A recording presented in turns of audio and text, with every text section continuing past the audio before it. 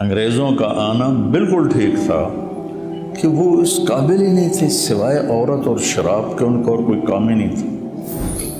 یہ مسلمان راجوں کا حال تھا تو سکھ راجے، غیر ہندو راجے، ان کا کیا حال تھا؟ سب عورت کے پیچھے، شراب کے پیچھے، گانے بجانے کے پیچھے، بالکل نااہل، اتنے بے حس ہو چکے تھے مقامی لوگ۔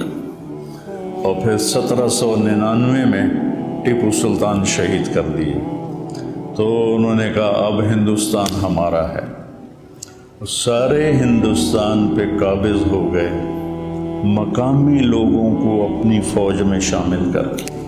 ٹیپو سلطان پہ جب حملہ کیا تو حیدرآباد کا نظام کم بخت انگریز فوج کے ساتھ مل کے ٹیپو پہ حملہ آور ہوا۔